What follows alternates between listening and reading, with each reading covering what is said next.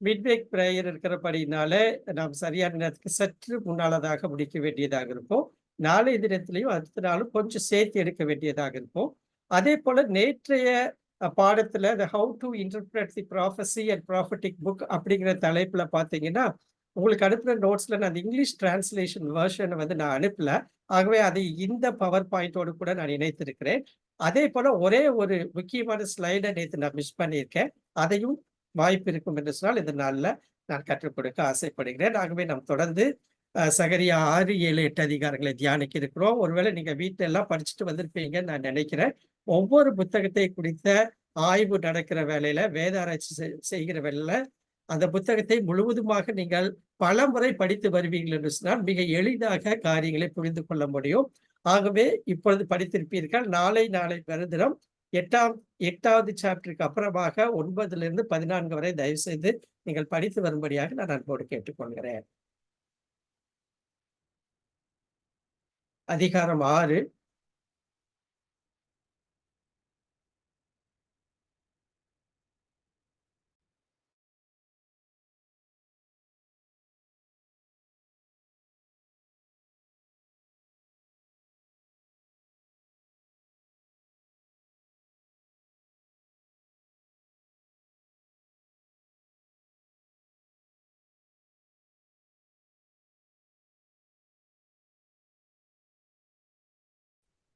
யாராச்சும் வாசிக்கிறீங்களா?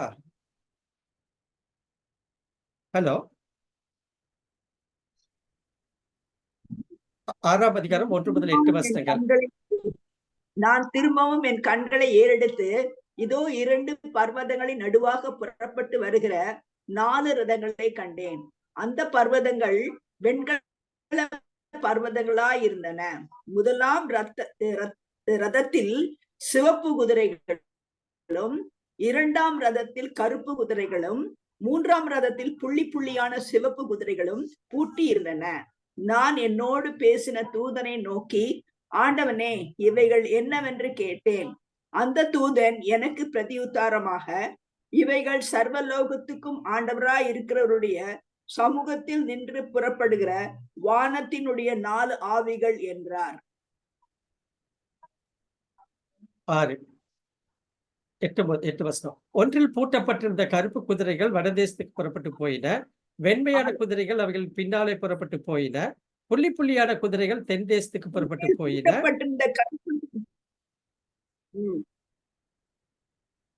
வாசிங்க. புள்ளி புள்ளியான குதிரைகள் தென் குதிரைகளோடு சிவப்பு குதிரைகளோ வென்றால் புறப்பட்டு போய் பூமியிலே சுற்றி திரியும்படி கேட்டுக்கொண்டன. அதற்கு அவர், போய் பூமியில் சுற்றி திரியுங்கள் என்றார். அப்படியே பூமியிலே சுற்றி திரிந்தன. பின்பு அவர் என்னை கூப்பிட்டு, பார், வடதேசத்துக்கு புறப்பட்டு போனவைகள் வடதேசத்திலே என் கோபத்தை சாந்தி பண்ணிற்று என்று என்னோட சொன்னார். ஓகே, இது ஒரு செல்ஃப் எக்ஸ்பிளனேட்டரி தான். உங்களுக்கு படிச்ச உடனே புரிஞ்சிருக்கும். இல்ல விட்டுருங்க. இல்ல போதும். நீங்க பாருங்க, அதிகாரம் 6ல இங்கு பார்க்கிற பொழுது சகரியாவுக்கு 2 பர்வதங்கள் நடுவாக வருகிற 4 குதிரைகள் காண்பிக்கப்படுகிறது. அது என்னுடைய 4 ஆவிகள் என்று சொல்லப்படுகிற ஒரு முக்கியமான காரியத்தை பார்க்கிறோம். மற்றபடி அந்த சிவப்பு குதிரைகள் எங்கெங்கெல்லாம் போனது, என்ன செய்தது என்பதை குறிப்பிடுகிறார்கள்.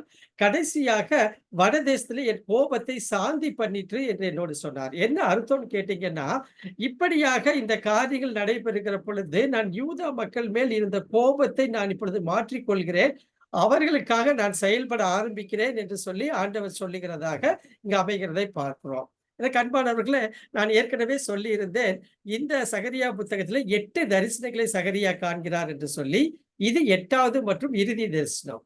இந்த தரிசனம் பாத்தீங்கன்னா முதல் கண்ட தரிசனத்தை போலவே முடிவடைகிறதை பார்க்கிறோம். நம்ம 1ஆம் அதிகாரம் 8ஆம் வசனத்துல நமக்கு நன்றாக தெரியும். இங்கேயும் குதிரைகள் வருகிறதை பார்க்கிறோம். அவர்கள் மத்தியிலே தேவதூதன் வருகிறதை பார்க்கிறோம். அதே போல இந்த 8வது தரிசனம் இட்ஸ் a cyclic process மாதிரி அதே போன்ற அனுபவத்திலே முடிகிறதை பார்க்கிறோம். இந்த கடவுளின் தேவதூதர்கள், இதன் அர்த்தம் மேசியாவின் ராஜ்யத்தை ஸ்தாபிப்பதற்கு சற்று முன்னதாக தேசங்கள் மீது அவருடைய நியாய தீர்ப்பை விரைவாக நிறைவேற்றுவதை குறிக்கிறதை பற்றிய ஒரு தரிசனமாகும். அப்ப இங்க இந்த ரதங்கள் என்றால் என்ன அப்படின்னு பார்க்கும்போது சங்கீதம் 68:17 நீங்கள் வாசித்து பாருங்கள். சில மொழிபெயர்ப்பு இந்த ரதங்கள் என்பதை எப்படி மொழிபெயர்த்திருக்கிறார்கள் சொன்னா தேவதூதர்கள் என்று மொழிபெயர்க்கப்பட்டிருக்கிறதை நாம் பார்க்க முடியும். தேவனுடைய ரதங்கள் 10,000ங்களும் 1000 இருக்கிறது. ஆண்டவர் பரிசுத்த ஸ்தலமான சீனாயில் இருந்த வண்ணமாய் அவைகளுக்குள் இருக்கிறார். நான் பேசுறது கேக்குதுங்களா? கேக்குது. ஓகே. அப்ப நீங்க பாருங்க, இந்த 2 வெண்கல பர்வதங்களுக்கு நடுவாகத்தான் இந்த குதிரைகள் வருகிறதை பார்க்கிறோம். ஆக்சுவலா அது அர்த்தம் என்னன்னு கேட்டீங்கன்னா, பழைய ஏற்பாட்டிலே பலிபீடம் வெண்கலத்தினால் செய்யப்பட்டதாக காணப்படும். இப்ப பலிபீடம் என்று சொன்னாலே அங்க பாவம் மன்னிப்பு செய்வதற்காக விலங்குகள் பலியிடப்பட்ட இடம் அப்படின்னு அர்த்தம். அப்ப இதனுடைய அர்த்தம் என்னன்னு கேட்டீங்கன்னா, இங்க தேவனின் அந்த தேவ தூதர்கள், அதாவது ரதங்கள் என்று சொல்கிற தேவனின் தேவ தூதர்கள் நியாய தீர்ப்பை நிறைவேற்ற அனுப்பப்படுகிறதை பார்க்கிறோம். எனக்கு அன்பானவர்களே, யூத மக்களே, உங்களுடைய வாழ்க்கை இப்படியாக இருக்கிறது. உங்களுக்கு கொடுக்கப்பட்ட ஒரு தரிசனம் ஒன்று உண்டு. நீங்கள் நிறைவு செய்ய வேண்டியது ஒன்று உண்டு. ஆனால் நீங்கள் இன்னும் மனம் திரும்பாமல் இருக்கிறீர்கள். மட்டுமல்ல, அந்த ஆலய கட்டுமான பணி, சீரமைப்பு பணியை நீங்கள் இன்னும் ஆரம்பிக்கவே இல்லை. என்ன அர்த்தம்னு கேட்டீங்கன்னா, இங்கே தேவதூதர்கள் மூலமாக ஒரு நியாய தீர்ப்பை உங்களுக்கு அனுப்ப போகிறார். அதாவது பலிபீடத்துல எப்படியாக பாவ மன்னிப்பு செய்வதற்காக விலங்குகள் பலியிடப்பட்டதோ அதே போல கிறிஸ்துவானவர் பலியிட போகிறார் என்பதும் ஒன்றுதான். அதே போல நீங்கள் பாவ மன்னிப்பை பெற்றுக்கொள்ள வேண்டும். இந்த தரிசனத்தின் மூலமாக அவர் சொல்லுகிறதை பார்க்கிறோம். இங்க 4 ஆவிகள் அப்படிங்கிற ஒரு வார்த்தை வரும். இது ஆக்சுவலா வெளிப்படுத்தின 6ஆம் அதிகாரம் 1 முதல் 8 வசனங்களை நீங்க பார்த்தீங்கன்னா இதை பார்க்க முடியும். அப்ப என்ன அர்த்தம்? தேவனின் இறையாண்மை கட்டுப்பாடு தேசத்திற்கு எதிராக இங்க வலியுறுத்தப்படுகிறதை நாம் பார்க்க முடியும். அப்படின்னா என்ன அர்த்தம்னா, தேவன் எல்லாவற்றையும் கட்டுப்படுத்துகிறவர் என்பதை இந்த தரிசனம் நினைவு கூறுகிறது. ஏன்னு கேட்டீங்கன்னா, வடதேசத்தில் அவருடைய கோபத்தை சாந்தி பண்ணிற்று என்று சொல்லி 8ஆம் வசனம் பிற்பகுதியில நம்ம பார்க்கிறோம். அப்படின்னா என்னன்னு கேட்டீங்கன்னா, நீங்கள் மனம் திரும்பி அவரை ஏற்றுக்கொள்கிற பொழுது மீண்டுமாக கர்த்தர் உங்களுக்காக செயல்பட வல்லவராய் இருக்கிறார். மட்டுமல்ல, தேவன் எல்லாவற்றையும் கட்டுப்படுத்த வல்லவராய் இருக்கிறதை என்பதை இந்த தரிசனம் நினைவுபடுத்துகிறதை நாம் பார்க்க முடியும். அடுத்தது நீங்க பாத்தீங்கன்னா 6ஆம் அதிகாரம் 9 முதல் 15ஆம் வசனங்களை பார்க்கும்போது வித்தியாசமான ஒரு காரியங்கள் இங்கே சொல்லப்படுகிறதை பார்க்கிறோம். நான் உங்களுக்கு அப்படியே எக்ஸ்பிளைன் பண்ணிடுறேன். சிறையிருப்பிலிருந்து வந்த மனுஷர்கள் பெயர்கள் எல்லாம் இங்க கொடுக்கப்பட்டிருக்கிறது.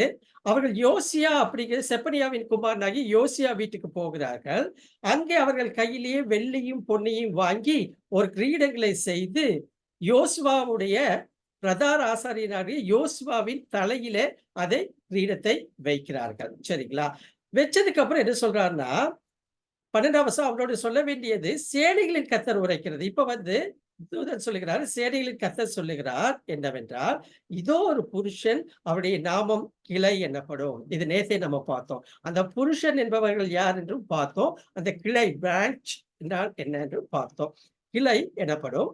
அவர் தம்முடைய ஸ்தானத்திலிருந்து முளைத்தெழும்பி கர்த்தருடைய ஆலயத்தை கட்டுவார். இப்படி சொல்லி போட்டு இந்த கிரீடங்கள் என்னவென்று கேட்டால், இது ஒரு நினைப்பூட்டுதலாக வைக்கப்பட்டது. நல்லா புரிச்சுக்க, நான் உங்களுக்கு எக்ஸ்பிளைன் பண்ணுவேன். இது ஒரு நினைப்பூட்டுதலாக வழங்கப்பட்டது.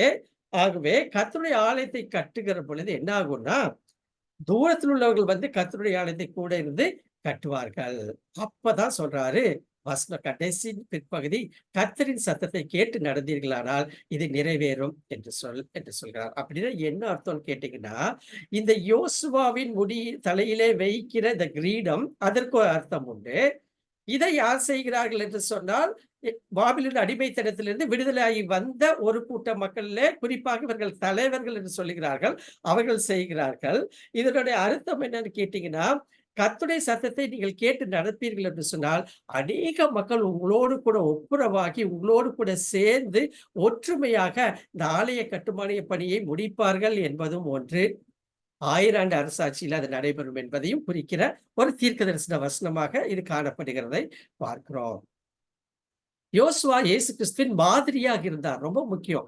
யோசுவா ஒரு பிரதான ஆசாரியர் இங்க போட்டிருக்கு. அவர்கள் இந்த பிரதான ஆசாரியருக்கு முடிசூட்டப்பட்டனர். இது ஒரு அழகான காட்சி.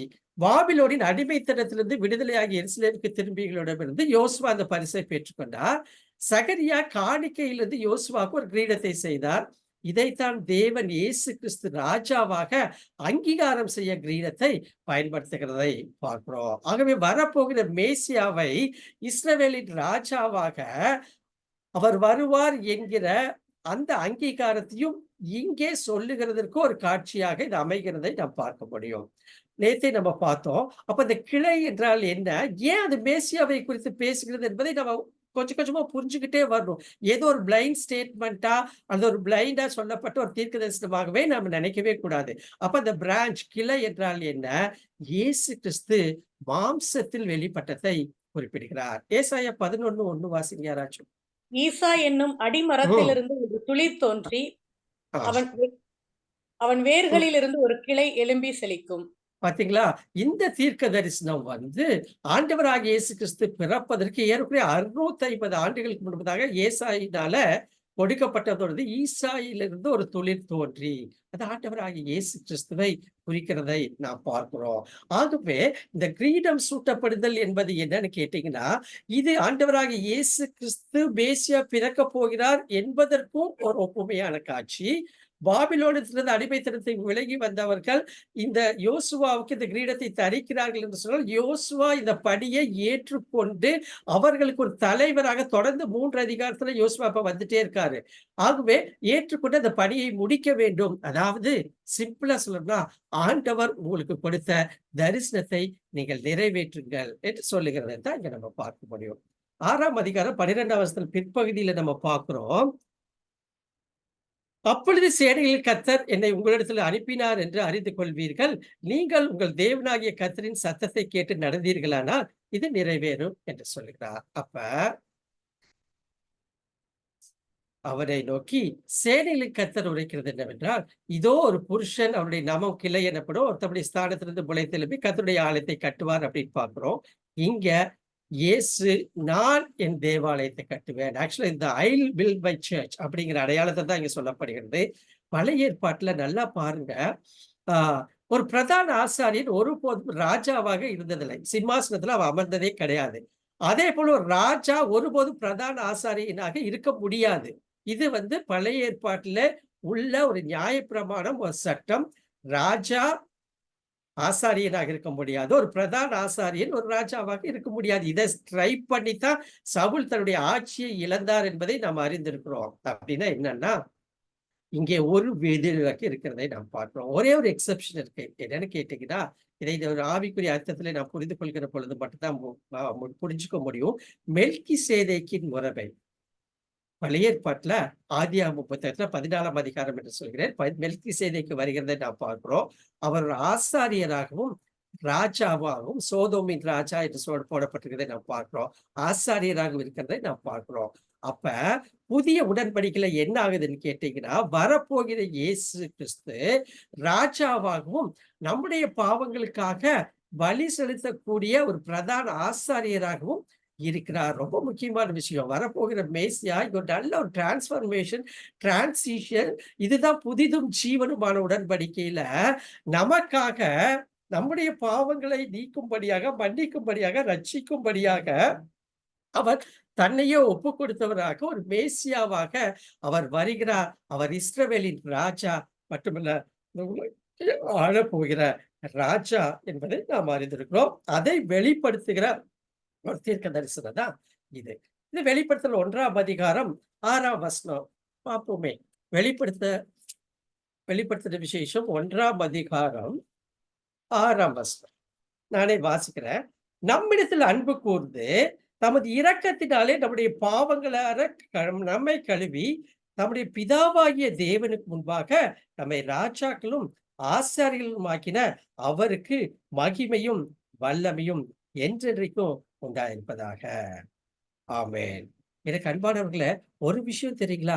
அவர் ராஜாவாக, பிரதான ஆசாரியராக செயல்பட்டது என்பது ஒரு புதிதும் ஜீவனுமான உடன்படிக்கை என்பதை நாம் புரிந்து கொள்வதோடு மட்டுமல்ல, மிக அழகாக இன்னொருக்கு வாய்ப்பை நமக்கு கொடுக்கிறார், நமக்கு ஒரு ஸ்லாக்கியத்தை கொடுக்கிறார். நாமளும் ராஜாக்களும் ஆசாரியர்களுமாக மாறுகிறோம் என்று அர்த்தம்.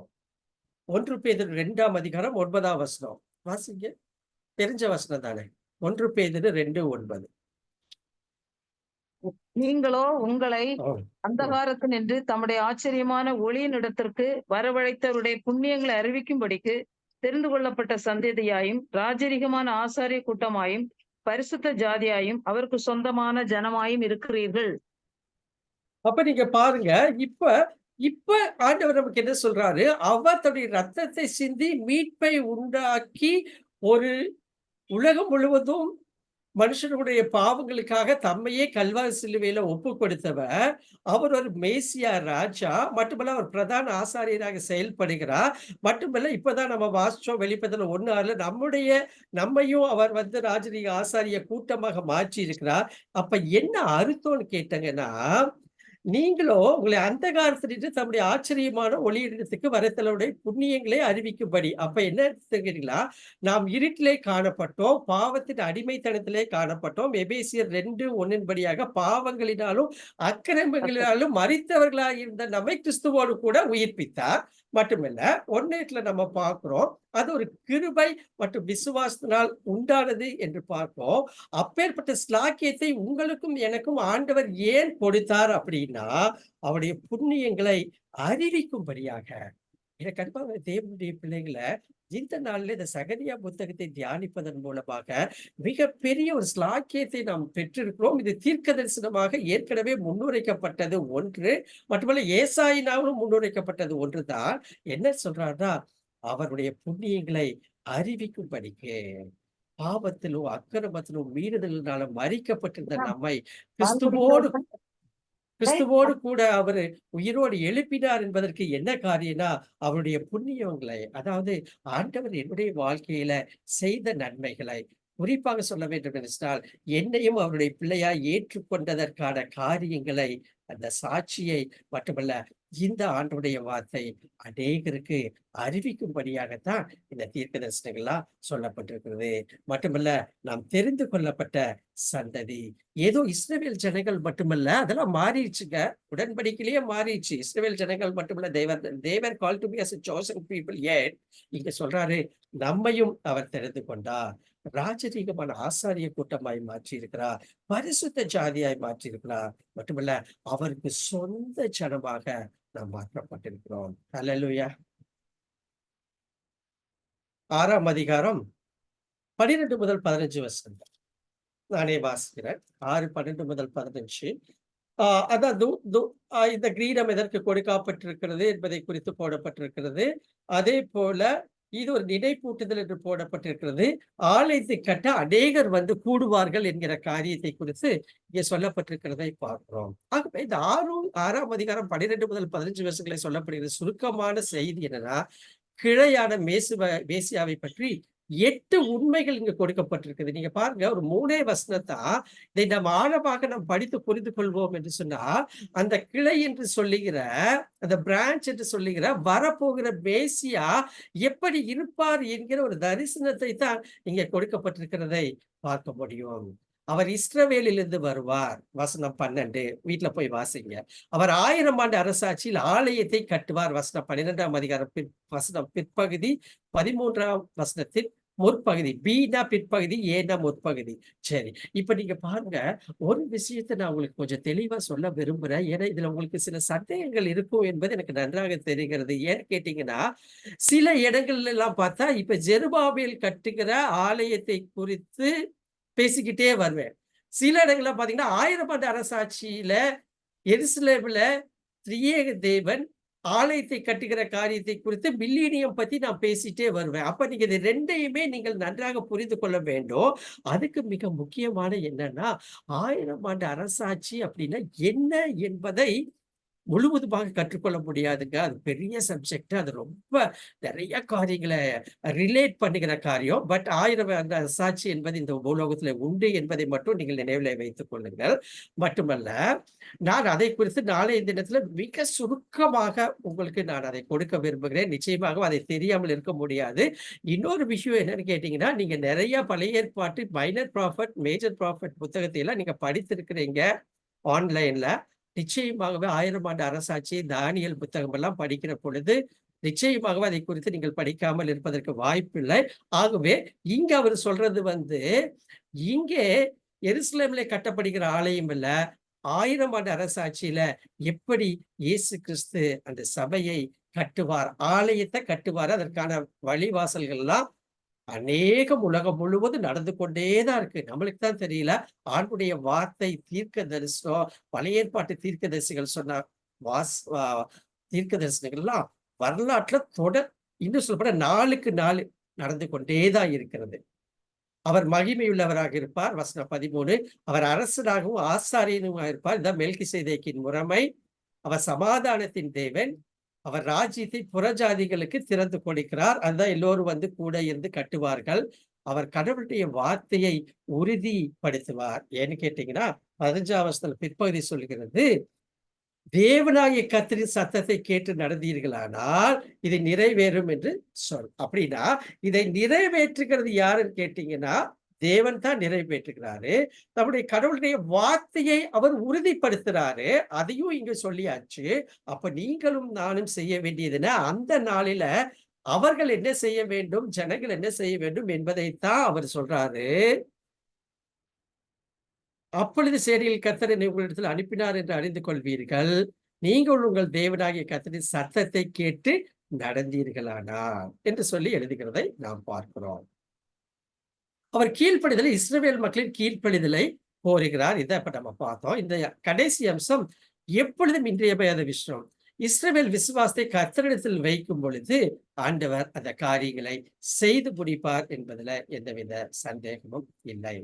6:12 திருப்பி நான் பின்னால வர இதை நீங்க புரிஞ்சுக்கணுங்கிறதுக்காக 6ஆம் அதிகாரம் 12, 13 வசனங்களை யாராச்சும் திருப்பி வாசிங்களேன். இது கொஞ்சம் முக்கியமான விஷயம். அவனோட சொல்ல வேண்டியது சேனைகளின் கர்த்தர் உரைக்கிறது என்னவென்றால், இதோ ஒரு புருஷன் அவருடைய நாமம் கிளை எனப்படும். அவர் தம்முடைய ஸ்தானத்தில் இருந்து முளைத்தெழும்பி கர்த்தருடைய ஆலயத்தை கட்டுவார். அவரே கர்த்தருடைய ஆலயத்தை கட்டுவார்.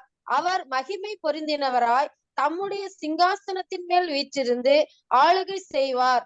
தம்முடைய சிங்காசனத்தின் மேல் ஆசாரியராயும் இருப்பார். இவ்விரண்டின் நடுவாக சமாதானத்தின் ஆலோசனை விளங்கும்.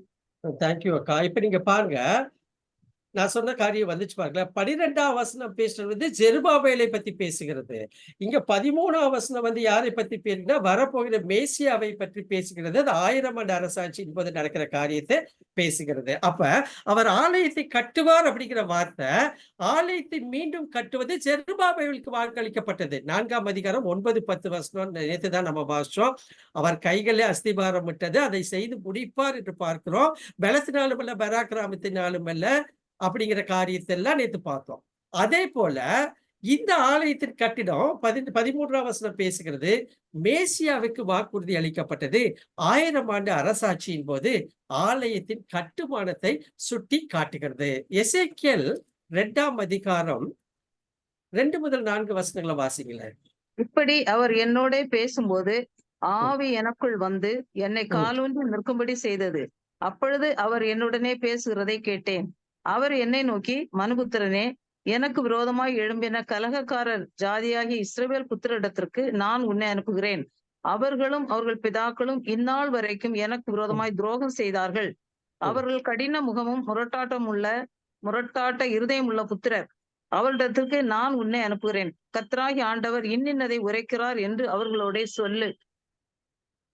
அதே போல நீங்க பாத்தீங்கன்னா ஆகாய் இதே தீர்க்க தரிசனத்தை இதுக்கு முந்தின புத்தகத்துல ஆகாய் 2ஆம் அதிகாரம் 6 முதல் 9 வசனங்களை நீங்க வீட்டிலே சென்று படித்து பாருங்கள். இதை விளக்குகிற ஒரு அனுபவம். நல்லா பாருங்க, 6ஆம் அதிகாரம் 14ஆம் வசனத்துல நமக்கு மிக முக்கியமாக தெரிந்து கொள்ள வேண்டிய ஒரு காரியம், கிரீடம் யோசுவாவால் வைக்கப்படவில்லை, ஆனால் பாபிலோனிலிருந்து வந்த மனிதர்களின் பக்திக்கு ஒரு நினைவு சின்னமாகவும் மிக முக்கியமாக இஸ்ரவேலின் இறுதி நம்பிக்கைக்கான மேசியாவின் வருகையை நினைவுபடுத்துவதற்குமாகத்தான் இந்த தரிசனம் இருந்ததை நாம் புரிந்து கொள்ள வேண்டும்.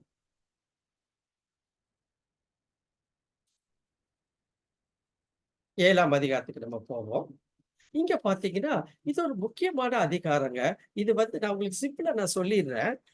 கொஞ்சம் அப்படியே ஃபாலோ பண்ணிட்டீங்கன்னா போதும், நீங்க படிச்சிருப்பீங்க.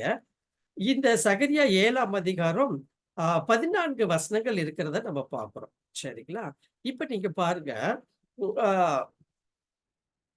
சரி வாசிச்சிடலாமே. 7ஆம் அதிகாரம் சரி, நான் சிம்பிளா சொல்லிடுறேன். இஸ்ரவேல் மக்கள் எகிப்தின் அடிமைத்தனத்துல, அந்த யூதா ஜனங்கள் பாபிலோனிலே எகிப்து கிடையாது, பாபிலோனின் அடிமைத்தனத்துல இருந்தபோது, அவர்கள் சில உபவாச முறைகளை மேற்கொண்டார்கள். சிம்பிளா புரிஞ்சுக்குங்க. வருடத்துல 4 குறிப்பிட்ட மாதங்கள்ல அவர்கள் உபவாசம் இருப்பார்கள். நான் சிம்பிளா விளக்கிடுறேன். இப்ப கேட்கிறாங்க, அவர்கள் அடிமைத்தனத்திலிருந்து வந்துட்டாங்க. இப்ப ஆலய கட்டுமான பணியில இறங்க போறாங்க. 16 வருஷம் அவங்க அப்படியே சோம்பலாக இருந்து விட்டார்கள். இப்ப ஆண்டவரிடத்துல கேட்கிற கேள்வி என்ன கேட்கிறாங்கன்னா, தூதன் மூலமா கேட்கிறாங்க அந்த காரியங்கள். என்ன கேட்கிறாங்கன்னா, இந்த உபவாசத்தை நாங்க இன்னும் கன்டின்யூ பண்ணணுமா? வேண்டாமா? அப்படின்னு கேட்கிறாங்க. அப்ப ஆண்டவர் கேட்கிறாரு, இந்த உபவாசத்தை நீங்கள் எப்படி மேற்கொண்டீர்கள்? அதனுடைய அடிப்படை என்ன என்பதை குறித்தெல்லாம் அங்க பேசுகிறதை நம்ம பார்க்கிறோம். அப்ப என்ன சொல்றாருன்னா, அப்ப நீங்க எப்படி நடந்துக்கணும் அப்படின்னு சகரியாவுக்கு ஆண்டவர் சொல்லிக் கொடுக்கிறதை பார்க்கிறோம். மிக மிக முக்கியமான ஒரு அதிகாரம். அநேக வேளைகளில் இதை குறித்து நாம் சிறப்பாக பேசுவதில்லை. ஆனால் இது மிக முக்கியமான அதிகாரம். நான் உங்களுக்கு சிம்பிளா சொல்லிக் கொடுக்கிறேன். உபவாசத்தை பற்றி பேசுகிறார்கள். இதை கண்டினியூ பண்ணணுமான்னு கேட்கிறாங்க. ஏன்னா நாங்க அடிமைத்தனத்திலிருந்து விடுதலையாகி வந்து விட்டோம். இதை அனுசரிக்கணுமான்னு கேட்கிறாங்க. அடுத்ததாக பார்க்கிறோம், ஆண்டவர் சொல்லுகிறார், நீ இப்படியாக நடந்து கொள்ள வேண்டும் என்று சகரியாவே நீ அவர்களுக்கு சொல்லு அப்படிங்கிற ஒரு கான்வர்சேஷன் அல்லது ஒரு ஒரு அவர்கள் சொல்ல காரியங்களை தான் இங்கே தொடர்ந்து வருகிற 8ஆம் வசனம் முதல் 14 வசனங்கள்ல நம்ம வாசிக்கிறோம். அப்ப நீங்க பாருங்க, சகரியாவின் முதல் செய்தி 1:1 யாராச்சும் வாசிக்க. அரசாண்ட 4ஆம் வருஷம் 2ஆம் வருஷம் 8ஆம் மாதத்திலே இத்தோவின் மகனான பெரகியாவின் குமாரனாகிய சகரியாவுக்கு உண்டான கர்த்தருடைய வார்த்தை. சரி, 7ஆம் வசனம் 1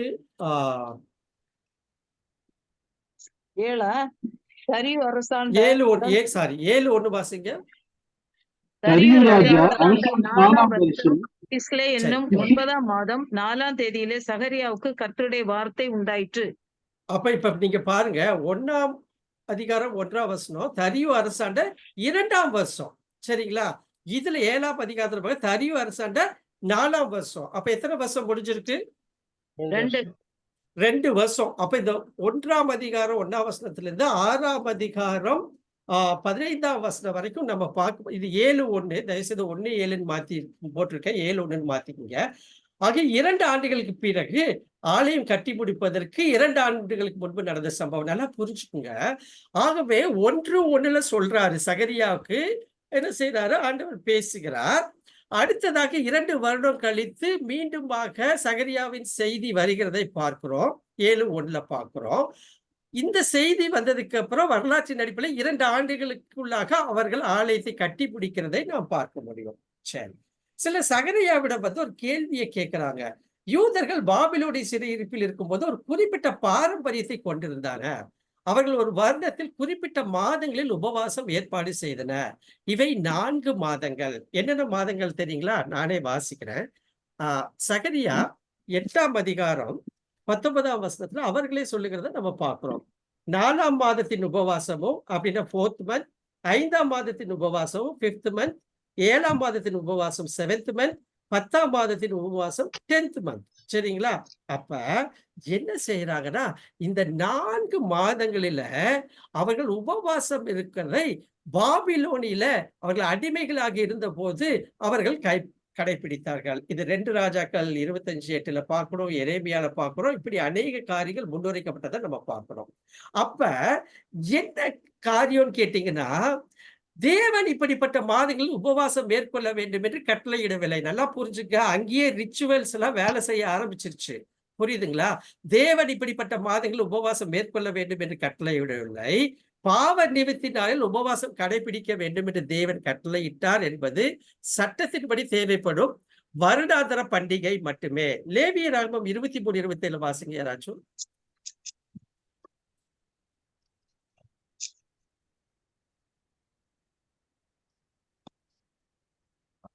அந்த 7ஆம் மாதம் 10ஆம் தேதி 7ஆம் மாதம் 10ஆம் தேதி உங்களுக்கு பாவ நிவிர்த்தி செய்யும் நாளும் சபை கூடும் பரிசுத்த நாளுமா இருப்பதாக.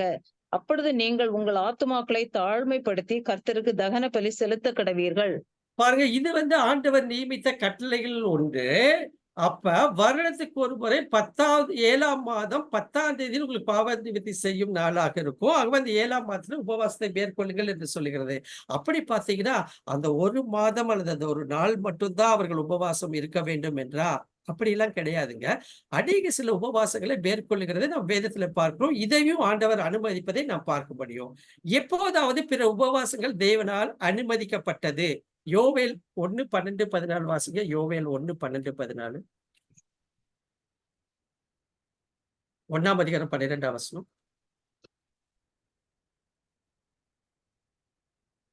திராட்சை செடி வதங்கி அத்தி ம். மரம் சாரமற்று போகிறது. மாதுளை, பேரீச்சம், கிச்சிலி முதலிய வெளியின் செடிகள் எல்லாம் வாடி போயின. சந்தோஷம் மனுபுத்திரரை விட்டு ஒழிந்து போயிற்று. 14ஆம் வசனம். பரிசுத்த உபவாச நாளை நியமியுங்கள். ம். விசேஷித்த ஆசரிப்பை கூறுங்கள். மூப்பரையும் தேசத்தின் எல்லா குடிகளையும் உங்கள் தேவனாகிய கர்த்தரின் ஆலயத்திலே கூடி வரச் செய்து கர்த்தரை நோக்கி கூப்பிடுங்கள். ஓகே. அப்ப பரிசுத்த உபவாச நாளை நியமியுங்கள் அப்படின்னு சொல்றாரு. இன்னும் அநேக வசனங்களுக்கு ஆகவே லேவியராகமம் 23:27 படி கொடுக்கப்பட்ட உடன்படிக்கை. ஆனாலும் சில மாதங்களிலே சூழ்நிலைகளுக்கு தக்கதாக போர் மேற்கொள்கிற பொழுது, அடிமைத்தனத்துக்கு போகிற பொழுது அவர்கள் தாங்களாகவே இந்த உபவாசத்தை அனுசரிக்கிறதையும் நம்ம பார்க்க முடியும். அப்ப தேவன் அவர்களுக்கு கட்டளையிடவில்லை என்றாலும் அவர்கள் பாபிலோனிய சிறையிருப்பில் இருந்தபோது குறிப்பிட்ட மாதத்தில் உபவாசத்தை அனுசரித்தனர். அதற்கு பின்னால் ஒரு பெரிய வரலாறு இருந்துச்சுங்க. அவங்க ஏன் வேண்டுமென்றே சொல்லி அப்படி இருக்கவில்லை. அந்தந்த மாதங்களில கடந்த கால வாழ்க்கையில என்னென்ன சிறைப்பிடிப்புகள், என்னென்ன போராட்டம், என்னென்ன மேற்கொள்ளுதல்கள் வந்தது என்பதை இவர்கள் நினைவு கூர்ந்து, ஐயோ இப்ப அடிமைத்தனத்தில் இருக்கிறவே 70 ஆண்டுகள் ஆகிறது என்று சொல்லி அவர்கள் உபவாசிக்கிறதான் நம்ம அங்க பார்க்க முடியும். சரி. அப்படி பார்க்கும்போது நீங்க பார்த்தீங்கன்னா, குறிப்பிட்ட மாதங்களில் பல்வேறு நிகழ்வுகள் நடந்தன. அவர்கள் பாபிலோனிய சிறையிருப்பில் இருக்கும்போது, இந்த மாதங்களில் கடவுளின் தீர்ப்பு தங்கள் மீது வந்தது என்று அவர்கள் நினைத்தார்கள். எனவே அந்தந்த மாதங்களில் அவர்கள் உபவாசம் மேற்கொண்டார்கள். ஒரு வருடத்தில் 4 முறை. இப்போது எருசலேமுக்கு திரும்பி இப்போதும் அதே உபவாச முறையை பின்பற்ற வேண்டுமா என்ற கேள்வி கேட்டார்கள். ஆனா நீங்க பார்த்தீங்கன்னா, இந்த கேள்விக்கு தேவன் பதில் அளித்ததாக தெரியவில்லை. சரி. இப்ப பாருங்களேன். என்ன சொல்றான்னு கேட்டீங்கன்னா, 4ஆம் அதிகாரம் முதல் 4ஆம் வசனம் முதல் 7ஆம் வசனம் வரைக்கும் நம்ம பார்க்கிற பொழுது, ஆ சரி. என்ன சிம்பிளா சொல்லிடுறேன். நீங்க இந்த உபவாசம் எல்லாம் இருக்கீங்களே, நல்லா யோசிச்சு பாருங்க. 6ஆம் வசனம். நீங்கள் புசிக்கிற போதும், குடிக்கிற போதும் உங்களுக்கென்றல்லவா புசிக்கிறீர்கள், உங்களுக்கென்றல்லவா குடிக்கிறீர்கள். மிக ஆணித்தரமான ஒரு போதனையை இங்கே போதிக்கிறதை நாம் பார்க்கிறோம். ஐயா, கடந்த கால வாழ்க்கையை, அடிமைத்தனத்தை, போராட்டத்தை, சிறைப்பிடிப்பை அநேக தேசங்கள் உங்களை மேற்கொண்டதை நீங்கள் நினைவு கூறுகிறீர்கள். கர்த்தர் எங்களை விடுதலையாக்கினார் நீங்க சொல்றீங்க. உண்மைதான். அதை நினைவு கூறும்படியாக 4 மாதங்கள்ல நீங்க உபவாசம் இருக்கிறீங்க. உண்மைதான். ஆனா அந்த உபவாசத்தின் நோக்கம் என்ன அப்படின்னு கேட்கும்போது என்ன சொன்னா, you are all very selfish. உங்களுடைய காரியங்களை மட்டுமே மனதில் வைத்து, உங்களுடைய தேவைகளை மட்டுமே வைத்து நீங்கள் உபவாசம் இருக்கிறீர்கள். என்ன கேட்கிறாருன்னா, எருசலேம் அதை சுற்றிலும் இருந்த பட்டணங்களும் குடி நிறைந்து சுகமாயிருந்த காலத்திலும், தெற்கு நாடும் சமபூமியில் குடியிருந்த காலத்திலும் முன்னிருந்த தீர்க்கதரிசிகளை கொண்டு கர்த்தர் கூறின வார்த்தைகளும் இவைகள் அல்லவோ என்று சொல்லுகிறதை நாம் பார்க்கிறோம். என்ன சொல்றாரு கேட்டீங்கன்னா, இதையெல்லாம் என்ன செஞ்சீங்கன்னா, எனக்கென்று நீங்கள் செய்தீர்களா? 5ஆம் வசனத்தின் பிற்பகுதி. உபவாசம் பண்ணி துக்கம் கொண்டாடின போதும் நீங்கள் எனக்கென்று தானா உபவாசம் பண்ணினீர்கள். எனக்கு அன்பான தேவனுடைய பிள்ளைகள், இது உங்களுக்கும் எனக்கும் ஒரு எச்சரிப்பாக கொடுக்கப்படுகிற ஒரு தீர்க்க தரிசனமான வசனம். நல்லா பாருங்க. அநேக உபவாசத்தை நாம் மேற்கொள்ளுகிறோம். அப்ப ஆண்டவர் சொல்றாரு, உனக்காக இருந்த, உன் தேவைக்காக இருந்த கர்த்தர் நன்மை செய்தார் என்பது ஒருவேளை நீ நினைத்து பார்த்திருக்கலாம். நீ செல்ஃபிஷாகத்தான் இன்னும் செயல்படுகிறாய். அந்த உபவாச நாள்ல நீ எப்படி நடந்துகிட்ட அப்படி நல்லா புரிச்சுக்கணும், நான் புரிக்க வேண்டும் என்று சொல்லுகிறேன். எப்படி நடந்துகிட்ட அப்படின்னா, எப்படி நடக்கணும் அப்படின்னு பின்னால் இருக்கிற வசனங்கள்ல அங்க சொல்லுகிறதை நம்ம பார்க்கிறோம். அப்ப நீங்கள் எளிதாக புரிந்து கொள்ள முடியும். நம்முடைய உபவாசம் எப்படியாக இருக்கிறது? 1. அவர்கள் உபவாசம் எப்படி இருந்தது என்பதை நம்ம பார்க்கிறோம். அப்ப என்ன செய்றாரு, நீங்க இதையெல்லாம் செய்றீங்க. ரொம்ப ஒரு கடினமான கேள்வி கேட்கிறார். இதெல்லாம் எனக்கு தான் செஞ்சீங்களா? அப்படின்னு கேட்கிறாரு. உங்களுடைய தேவைகளுக்காக உங்களை நிறைவேற்ற உங்களுடைய ஆசை, ஏக்கம், அங்கலாய்ப்பு இது நிறைவேறதான் நீங்க செஞ்சீங்க. அப்ப உபவாசம் தயவு செய்து மன்னிக்கணும்.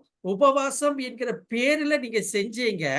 ஆனா நீங்கள் என்ன செய்ய வேண்டும் என்று சொல்லி திருப்பி வருகிற 9 முதல் 14ஆம் வசனத்தில் ஏன் சொல்றாருன்னா, உபவாசம் இருந்தீர்கள். இந்த காரியங்கள்லாம் உங்களுடைய வாழ்க்கையில இல்லை என்பதை அவர் தெளிவுபடுத்துகிறதை நம்ம பார்க்க முடியும். அப்ப நீங்க பாருங்க, தேவன் கேட்கிறார், நீங்கள் பாபிலோனிய சிறையிருப்பில் 70 ஆண்டுகளாக உபவாசம் இருந்தீர்களே, இது எனக்காகவா அல்லது உங்கள் ஆதரவிற்காகவா? இல்லை, இது எல்லாம் வெறும் சடங்கு, அந்த சம்பிரதாயம் என்று தேவன் கூறுகிறார். பயங்கர ஸ்ட்ராங்கான ஒரு டீச்சிங்க. ஆகவே உபவாசம் என்பது என்ன? எதற்காக உபவாசம் இருக்க வேண்டும்? இது சம்பிரதாயமாக மாறி போய்விட்டது. ஏன் பிகம் எ கல்ச்சர் அப்படி கூட சொல்லலாம். இது ஒரு கல்ச்சராக கூட கிறிஸ்தவ சமுதாயத்துல மாறிவிட்டது. இந்த நாளில உபவாசம் என்று இருக்கிற உங்களையும் என்னையும் ஆண்டவர் இதே கேள்வியைத்தான் கேட்கிறதாக நாம் வைத்துக் கொள்ள வேண்டும். இதை பற்றி தீர்க்க தரிசனம் கூறுகிறார்கள் நிறைய. ஏசாயா 58 இஸ்ரவேல் தேசம் முழுவதும் சிறைப்பிடிப்பதற்கு முன்பே ஏசாயா தீர்க்க தரிசனம் உரைத்தார். அவர் இஸ்ரவேலிடம் கூறியது உண்மையான உபவாசம்னா என்ன என்பதை குறித்தெல்லாம் இங்க எழுதி இருக்கிறதை நீங்க வீட்டுல சேர்ந்து நீங்க படிக்க வேண்டும். அப்ப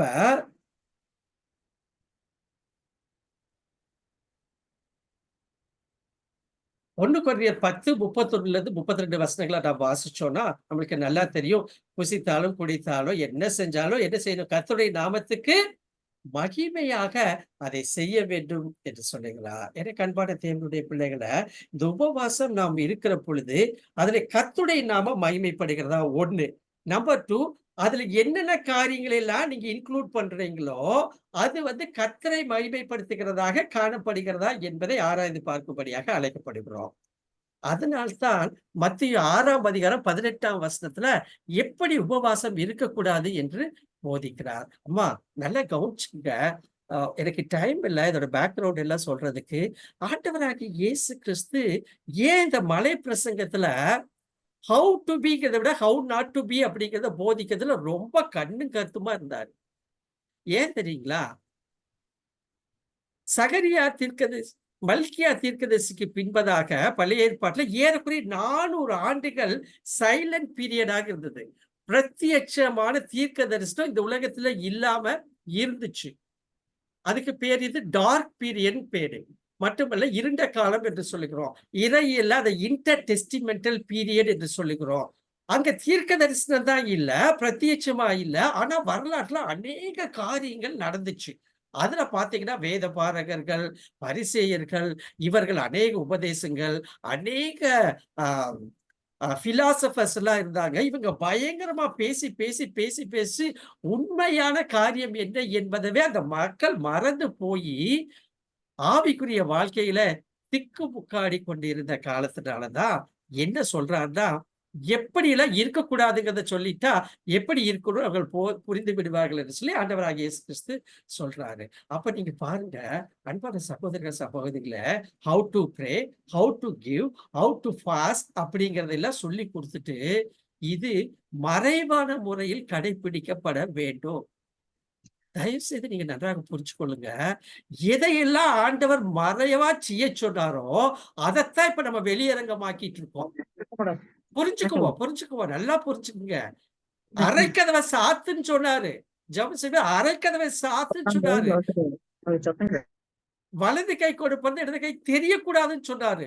உபவாசம் இருக்கும்போது நான் உபவாசிக்கிறேன் என்பதை குறித்து உங்களுடைய உடலுடைய காரியங்களில, உங்களுடைய கண்களில அல்லது உங்களுடைய முகத்துல அதை நீ காண்பிக்காத. பாருங்க எப்படி நம்ம விலகி போயிட்டோம்னு பாருங்க. ஒரு கிறிஸ்தவர்கள் என்றுதான் சொல்லுகிறோம், விசுவாசி என்றுதான் சொல்லுகிறோம். ஆண்டவர் இதையெல்லாம் மறைவான வரையில செய்யின்னு சொல்றாரு.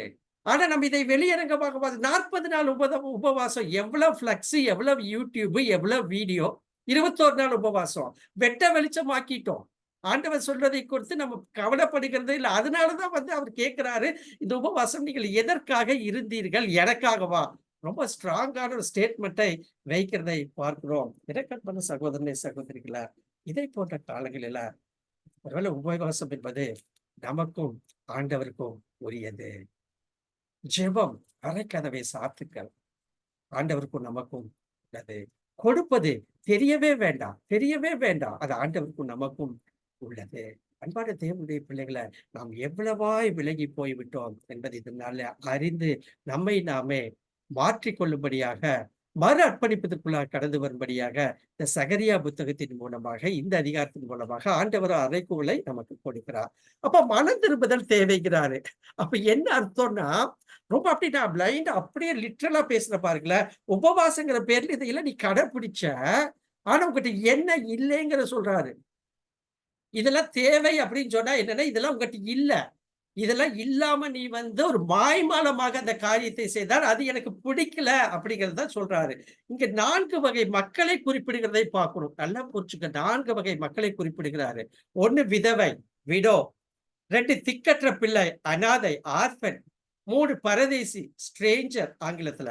சிறுமையானவன், புவர். அப்ப உன் கூட்டத்துல, உன்னோடு கூட வாழ்கிற சமுதாயத்துல இந்த 4 விதமான பிள்ளைகள் இருக்கிறார்கள். இவர்களுக்கு நீ என்னத்தை செஞ்ச?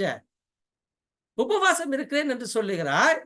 இவரை போன்ற மக்கள் இருக்கிறார்களே, இவர்களை நீ நினைத்து பார்த்திருக்கிறாயா உன்னுடைய உபவாசத்துல? இவர்களுடைய தேவைகளை சந்தித்திருக்கிறாயா? நான் இருந்தால் இதை நான் அங்கு செய்யாமல் இருப்பேனா? மிக அருமையான ஒரு குற்றச்சாட்டை அங்க யூதா ஜனங்கள் மேல ஆண்டவர் வைக்கிறதை பார்க்கிறோம். இலக்கணமான தேவனுடைய பிள்ளைகளை, இதை போன்ற மக்கள் நம்மை சுற்றி நம்மளுடைய சமுதாயத்தில் இருக்கிறாங்களா இல்லையா? Fasting, what kind of fasting it would be? யோசித்து பார்ப்போம். மனம் திரும்ப வேண்டும் என்று ஆண்டவர் இங்கே சொல்லுகிறதை நாம் பார்க்க முடியும். ஆகவே ஜனங்களை, நீங்கள் மனம் திரும்புகள் என்று சொல்லி ஆண்டவர் சொல்லுகிறார். இப்படியாக இருக்கிற பொழுதுதான் நான் செயல்பட முடியும். அதனாலதான் திருப்பி சேனையில் கர்த்தர் சொல்கிறார், சேனையில் கர்த்தர் சொல்கிறார் என்கிற வார்த்தை வருகிறதை நாம் பார்க்க முடியும். நெருக்கமான தேவனுடைய பிள்ளைகளை, உங்கள் வாழ்க்கையில் மேற்கண்ட வகை நபர்களுடன் நீங்கள் எப்படி நடந்து கொள்கிறீர்கள்? கடவுளின் தீர்ப்பு மிகவும் கடுமையானது. நல்லா புரிஞ்சுக்க. இதை போன்ற மக்களை நான் உதாசீனப்படுத்துவேன் என்று சொன்னால், ஆன்மீக ஆவிக்குரிய வாழ்க்கையில என்னுடைய ஆவிக்குரிய மேட்டிமையை காட்டும்படியாக நான் இவ்வளவு நாள் உபவாசிக்கிறேன் என்று நீங்கள் சொன்னாலும், கடவுளுடைய தீர்ப்புக்கு நாம் என்னை சேர்த்து சொல்றேன், நாம் தப்பிக்க முடியாது. அவர் கடுமையாக அவர்கள் நடந்து கொண்டது போல நம்மிடத்திலும் நடந்து கொள்வார். ஆகவே நீங்களும் நானும் கவனமாக இல்லாவிட்டால் இன்னொரு காரியம் நடக்கும். ரொம்ப தெளிவா சொல்லிடுறேன். கடவுளின் கிருபை உங்களிடத்திலிருந்து திரும்ப பெறப்படலாம். மீகா 6:8 வாசிங்க. நான் கரெக்டா முடிச்சிருவேன். மீகா 6:8 சீக்கிரம் வாசி. மனுஷனே நன்மை என்று அவர் உனக்கு அறிவித்திருக்கிறார். அக்கா அப்படி எக்ஸ்பிளைன் பண்ணியிருக்கிறேன். மனுஷனே நன்மை உன்னது என்று உனக்கு நான் அறிவிச்சிருக்கிறேன். அப்புறம் நியாயம் செய்து இரக்கத்தை சிநேகித்து உன் தேவனுக்கு முன்பாக மன தாழ்மையாய் நடப்பதை அல்லாமல் வேற எண்ணத்தை கர்த்தர் உன்னிடத்தில் கேட்கிறார். பாத்தீங்களா? நியாயத்தை செய்து இரக்கத்தை செய்து கர்த்தருக்கு முன்பதையாக தாழ்மையாக நடக்கிறதை விட வேற என்னத்தை உங்ககிட்ட கேட்டிருக்காரு? மீகா 6:8 தீர்க்க தரிசனமாக சொல்கிறார் இஸ்ரவேல் ஜனங்களுக்கு. யாக்கோபு 1:27 பாருங்க. நம்ம பக்தின்னு எதையோ பக்தின்னு சொல்லிட்டு இருக்கோம். புரிஞ்சுக்கங்க. பைபிள் வாசிக்கிறது பக்தி இல்ல, ஏதோ ஜெபம் பண்றது பக்தி இல்ல, ஆலயத்துக்கு வருகிறேன் என்பது பக்தி இல்ல. இது நம்மளா உருவாக்கி கொண்டது. இங்க யாக்கோபு சொல்றாரு பாருங்க, வாசிங்க. திக்கற்ற பிள்ளைகளும் விதவைகளும் படுகிற உபத்திரவத்திலே அவர்களை விசாரிக்கிறதும் உலகத்தால் கரைப்படாதபடிக்கு தன்னை காத்துக் கொள்ளுகிறதுமே பிதாவாகிய தேவனுக்கு முன்பாக மாசில்லாத சுத்தமான பக்தியா இருக்கிறது. எனக்கு அன்பான சகோதரனே, சகோதரி, இந்த நாள்ல உங்களை பார்த்து ஆண்டவர் கேட்கிறாரு, திக்கற்ற பிள்ளைகள் விதவைகள் படுகிற உபத்திரவத்தில் நீ அவர்களை விசாரிச்சிருக்கிறியா? விசாரித்திருக்கிறோமா? அதைத்தான் உண்மையான பக்தி என்று சொல்லுகிறார். இங்கே சகரியா சொல்லுகிறார், விதவை, திக்கற்ற பிள்ளை, பரதேசி, சிறுமையான. மிக ஒரு அருமையான teaching. What I can say that it is a very very radical teaching. இதை நான் மறந்து போய் பல ஆண்டு காலம் ஆகிவிட்டதுங்க. கிறிஸ்தவம் தவறி விட்டது இந்த காரியங்கள்ல. ஒரு விசுவாசி தவறி விடுகிறதை பார்க்கிறோம். என்னென்னமோ ஆவிக்குரிய காரியங்களை பேசுகிறோம், எதோ காரியங்கள்லாம் பேசுகிறோம். But these are the fundamental things that you I should abide with that. ஆண்டவர் எதிர்பார்க்கிற காரியம் இதுதாங்க. இன்னொரு விஷயம் தெரியுங்களா? It's a virtue. கிறிஸ்தவம் அல்லது கிறிஸ்தவன் என்பது கிறிஸ்துவை பிரதிபலிக்கிற ஒரு குணாதிசயத்தை வெளிப்படுத்துகிற அனுபவம். சும்மா நான் அதை பண்ணேங்க, இதை பண்ணேங்க, எதை பண்ணேங்க. ஆண்டவர் என்ன தெரியுமா சொல்லுவாரு? அப்படித்தான் சொன்னாரு. உங்களை அறியேன்னு தான் சொல்றாரு. அப்ப நம்மளுக்கு இது ஒரு மிகப்பெரிய பாடமாக அமைகிறதை நாம் பார்க்க முடியும். அவர்கள் கீழ்ப்படியாமைக்கு ஒரு எடுத்துக்காட்டு இருக்கு பாருங்களேன். நீங்க வாசிக்கல, ரொம்ப முக்கியமான வசனம் இதெல்லாம். எரேமியா 34 10, 11. நான் முடிச்சிருவேன், கவலைப்பட வேண்டாம். எரேமியா 34 10, 11. நானே வாசிக்கிறேனே. ஒவ்வொருவனும் அக்கா நான் ஒவ்வொருவன் வாசிச்சட்டுமா? அப்ப எக்ஸ்பிளைன் பண்ணிட முடியும். இங்க பாருங்க, சரி. இஸ்ரவேல் மக்களுக்கு சொல்றாரு, ஒவ்வொருவனும் தன் வேலைக்காரனையும் தன் வேலைக்காரியும் இனி அடிமை கொள்ளாதபடிக்கு சுயாதீனராக அனுப்பிவிட வேண்டும் என்று உடன்படிக்கைக்கு உட்பட்ட எல்லா பிரபுக்களுக்கும் எல்லா ஜனங்களும் கேட்டபோது செவி கொடுத்து அவர்களை அனுப்பிவிட்டார்கள். இந்த உடன்படிக்கைக்கு கீழ்ப்படிச்சு அனுப்பிச்சிட்டாங்க. அடுத்த வசனம் பாருங்க. ஆனாலும் அதற்கு பின்பு அவர்கள் மாறாட்டம் பண்ணி தாங்கள் சுயாதீனராக அனுப்பிவிட்ட வேலைக்காரரும் வேலைக்காரிகளை மறுபடியும் அழைப்பித்து அவர்களை வேலைக்காரரும் வேலைக்காரிகளுமாய் இருக்கும்படி அடிமைப்படுத்தி கொண்டார்கள். கட்டளையை கீழ்ப்படுகிறோம் சொல்றாங்க, அதை அப்படியே உல்டாவா அதை மாத்துகிறதை நாம் பார்க்கிறோம். அப்ப என்ன அர்த்தம்னா, கீழ்ப்படிய மனமில்லை. அவருடைய கீழ்ப்படி கட்டளைகள் கீழ்ப்படிய மனமில்லை. இது எத்தனை வருஷம்?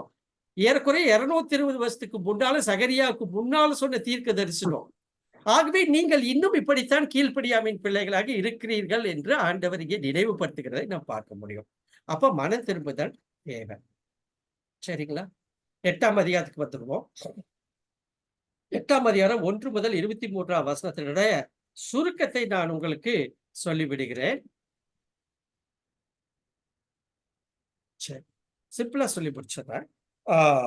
என்ன செய்யறாருன்னா, 4ஆம் வசனம், நான் சீயோனுக்காக கடும் வைராக்கியம் கொண்டேன், அதற்காக மகா உக்கிரமான வைராக்கியம் கொண்டேன் என்று சேனையை கர்த்தர் சொல்லுகிறார்.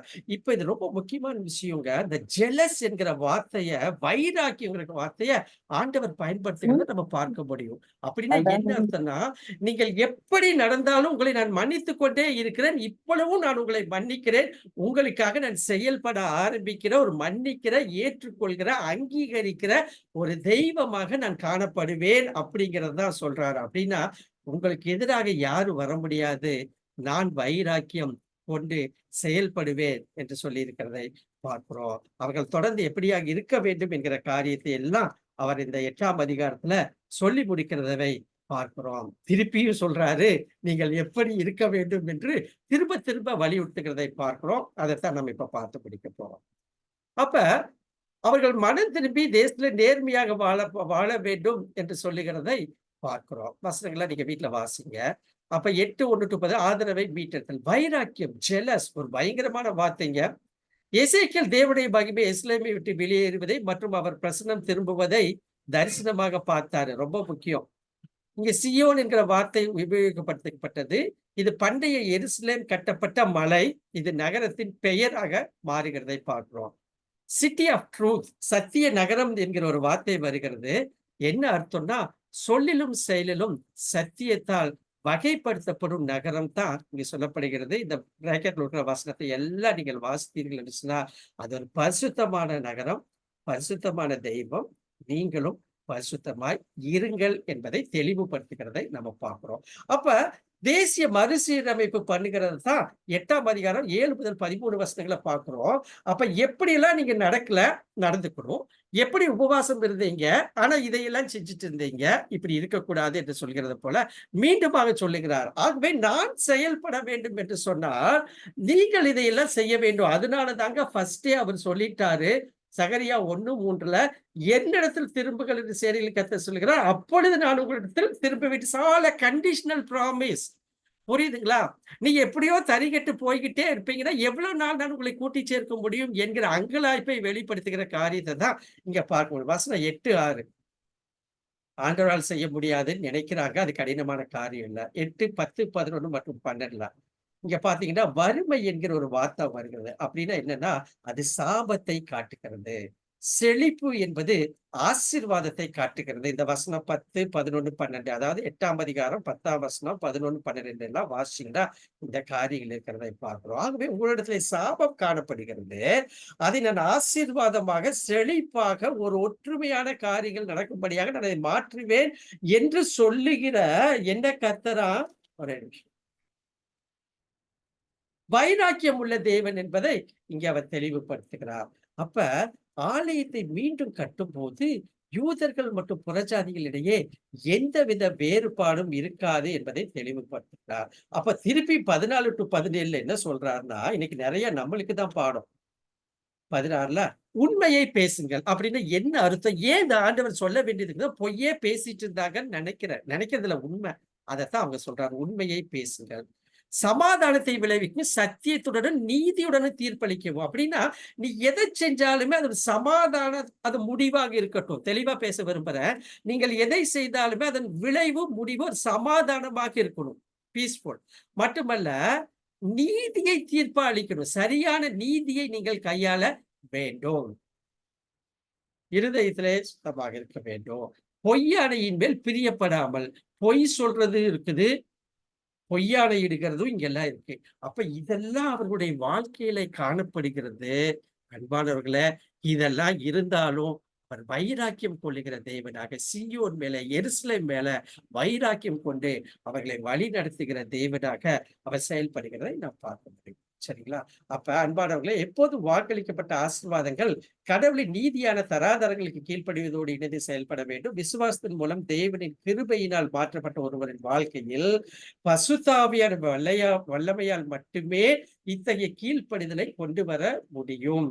இந்த விஷயங்களை எல்லாம் நீங்க வசனங்களை நீங்க வாசிங்க. அப்ப ஆண்டவருக்கு நான் ஒப்பு கொடுத்து, பசுத்தாவியானவருக்கு நான் ஒப்பு கொடுத்து, பசுத்தாவியின் காரியங்களுக்கு நான் கீழ்ப்படுகிற வேலையில நிச்சயமாகவே நான் ஒப்பு கொடுத்து அர்ப்பணிக்கிற பொழுது இந்த காரியங்கள் எல்லாம் என்னுடைய வாழ்க்கையில் இருக்கும் என்று சொன்னால் அதை மாற்ற வல்லவராய் இருக்கிறார். அல்லேலூயா.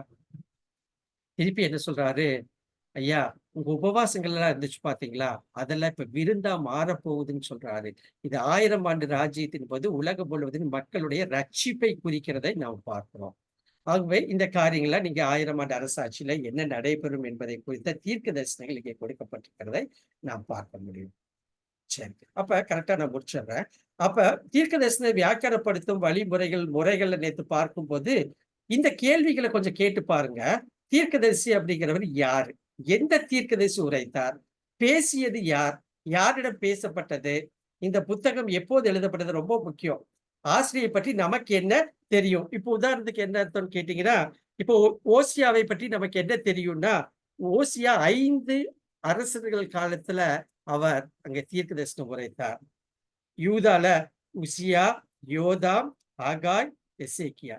இஸ்ரவேல்ல எரோபெயாம். இவர்கள் ஆட்சி காலத்துல அவர் தீர்க்க தரிசனம் உரைத்தபடினால நேற்று சொன்ன பொலிட்டிக்கல், சோசியல், ஹிஸ்டாரிக்கல் பேக்ரவுண்ட் எல்லாம் நம்ம தெரிந்திருப்பது நல்லது. பார்வையாளர்கள் அந்த கடிதத்தை அந்த தீர்க்க தரிசனை பெறுகிறவர்கள் யார்? Author intended meaning. இந்த பத்தி எங்கு தொடங்குகிறது, எங்கே முடிகிறது? ஒரே ஒரு வாசியத்தை மட்டும் நான் சொல்லி முடிச்சிடுறேன். தீர்க்க தரிசன புத்தகத்தை நீங்கள் படிக்கிற பொழுது நன்றாக கவனிச்சுக்கோங்க. திரும்ப திரும்ப நான் சொல்றேன், அநேக தவறான காரியங்கள் இங்க நடைபெறுகிறது தான் நேற்று அவ்வளவு தூரம் நான் பேசினேன். ஒரு அதிகாரத்தினுடைய தீர்க்க தரிசன காரியங்களை நீங்கள் வாசிப்பீர்கள் சொன்னால் கண்டிப்பாக அதற்கு முந்தின 2 அதிகாரங்களும் அதற்கு பிந்தின 2 அதிகாரங்களும் நீங்கள் படித்தால்தான் அந்த நடுவில் சொல்லப்பட்ட அதிகாரம் எதை பேசுகிறது என்று புரிந்து கொள்ள முடியும். உதாரணத்துக்கு சொல்றேன், ஏசாயா 55, ஓ தாகமா இருக்கிறவர்களே தண்ணீர்கள் அண்டையில் வாருங்கள். அப்படின்னா இதை புரிஞ்சு கொள்ளணும். இதுக்கு பின்னால வருகிற வசனத்தை நீங்க புரிஞ்சு கொள்ளணும்னா ஏசாயா 53, 54 நீங்க கண்டிப்பா படிக்கணும். அதே போல ஏசாயா 56, 57 நம்ம படிக்கணும். வெளிப்படுத்தின விசேஷமும் இப்படித்தான். உதாரணமாக ஒரே ஒரு நிமிஷம், வெளிப்படுத்தல் 6, ஒரு நிமிஷம், வெளிப்படுத்தல் 6ல 7 முத்திரைகள் உடைக்கப்படுதல் அப்படின்னா அதற்கு பின்பு அப்படின்னு இருக்கு. அப்ப அதற்கு முன்பு என்னமோ நடந்திருக்கு. நிச்சயமாக அட்லீஸ்ட் 5ஆம் அதிகாரம் வெளிப்படுத்தின விசேஷத்தை படிக்கணும், 7ஆம் அதிகாரம் வெளிப்படுத்தின விசேஷத்தை படிக்கணும். அப்பத்தான் 6ஆம் அதிகாரம் படிக்கும். தீர்க்க தரிசன புத்தகங்கள் இது மிக மிக முக்கியது. அதே போல இந்த கடைசி இந்த ஸ்லைட் எல்லாம் நேற்று நான் இங்கிலீஷ்ல போட மறந்துட்டேன், அதைத்தான் நான் இங்க போட்டிருக்கேன். ஆகவே இதை நீங்கள் மனதில் வைத்துக் கொள்ளலாம். நான் சரியான நேரத்துல முடிச்சுட்டேன். தொடர்ந்து நம்ம அடுத்தது இந்த இங்கிலீஷ் ஸ்லைடு இதில் இருக்கு, நீங்க அதை பெற்றுக்கொள்ளலாம். ஆகவே இந்த நாள்ல நம்மளுடைய வேத ஆராய்ச்சி பகுதி நிறைவேற்று வருகிறது. Thank you. May God bless you all. இந்த நாள்லயும் நமக்கு சகரியாவின் தீர்க்க தரிசன புத்தகத்துல இருந்து